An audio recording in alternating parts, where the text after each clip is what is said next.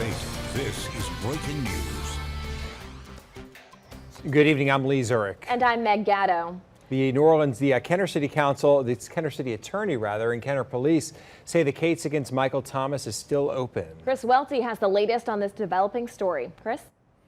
Lee, Meg, according to Kenner Police and the city attorney, Michael Thomas still faces 2 misdemeanor criminal charges.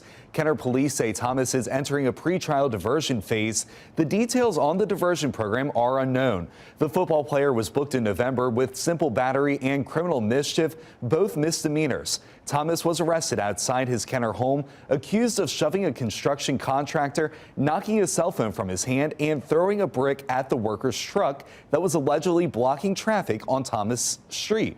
Thomas' attorney said after reviewing the evidence and reports, there were no injuries or damages and no videos to support the charges.